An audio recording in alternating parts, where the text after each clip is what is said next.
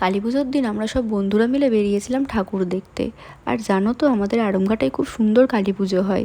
কালী পুজোর দিন যেহেতু প্যান্ডেলে ভিড়টা একটু তুলনামূলক কম থাকে, তাই ভাবলাম বেশিরভাগ ঠাকুরগুলো ওই দিন একটু দেখে নিই। আর প্রতিদিন প্যান্ডেলে এত ভিড় হয় যে না ভালো করে ছবি তোলা যায়, না ভালো করে ভিডিও করা যায়।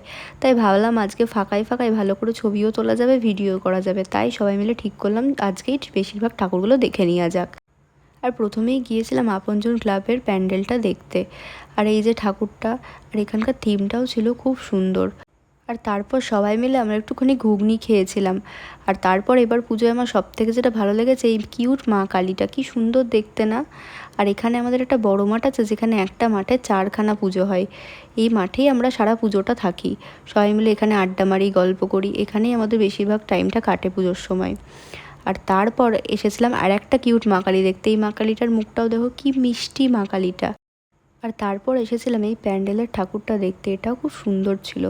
এখনও অনেক সুন্দর সুন্দর প্যান্ডেল আছে, কিন্তু বাকি প্যান্ডেলের ভিডিওগুলো আমার আর ক্যাপচার করা হয়নি।